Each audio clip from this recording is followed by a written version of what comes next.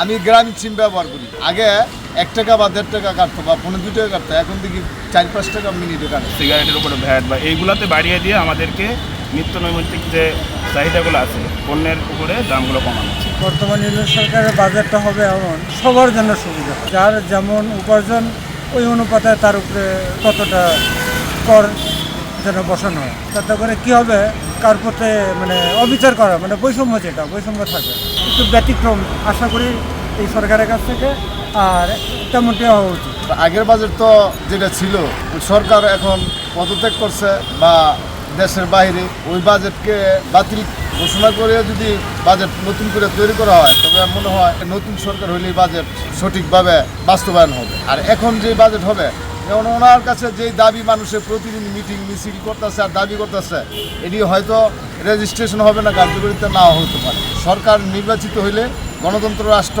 একটা পার্লামেন্ট সঠিক ন্যায় সঙ্গত হবে আমার ধারণা। আমি গ্রামীণ সিম ব্যবহার করি। আমি শুনলাম এই সিমটা আগে 1 টাকা বা 1.5 টাকা কাটতো বা 2 টাকা কাটতো, এখন দেখি 4-5 টাকা মিনিটে কাটে।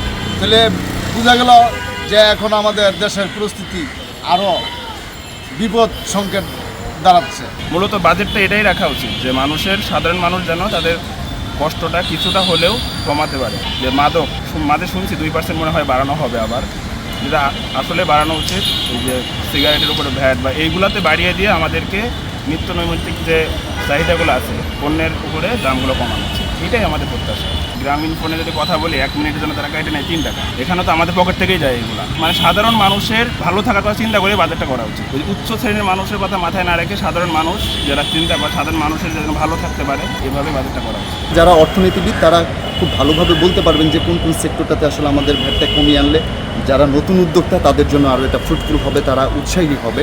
সেক্ষেত্রে আমার মনে হয় যে যতটুকু ভ্যাট কমিয়ে নিয়ে এসে যারা নতুন এন্টারপ্রেনিয়র রয়েছে তাদেরকে এটার প্রতি আরও আগ্রহী করে তোলা যায়, সেই বিষয়ে আমাদের মনে হয় একটু নজর দিতে হবে। আর ইন্টারিম গভর্নমেন্টের বিশেষ করে এই বাজেটে খুব বেশি উচ্চাবিলাসী বাজেটের দিকে নজর না দিয়ে আমার মনে হয় যে যেটা বাস্তবসম্মত ওই দিকে যদি ইন্টারিম গভর্নমেন্ট এগোয়, তাহলে মনে হয় যে আমাদের সার্বিক বাংলাদেশ একটা রেজাল্ট পাবে, যেটা নিয়ে আগামী 1 বছর হয়তো আমরা প্ল্যান করতে পারবো। বা পরবর্তীতে দেখা যাবে যে যদি নির্বাচিত সরকার আমাদের কাছে আসে, তখন তারা সব কিছু মিলে সব কিছু একটা ওভারভিউ করে অবজারভেশন করে তারা পরবর্তী বছর একটা সুন্দর বাজেট হয়তো আমাদের সামনে পেশ করতে পারে।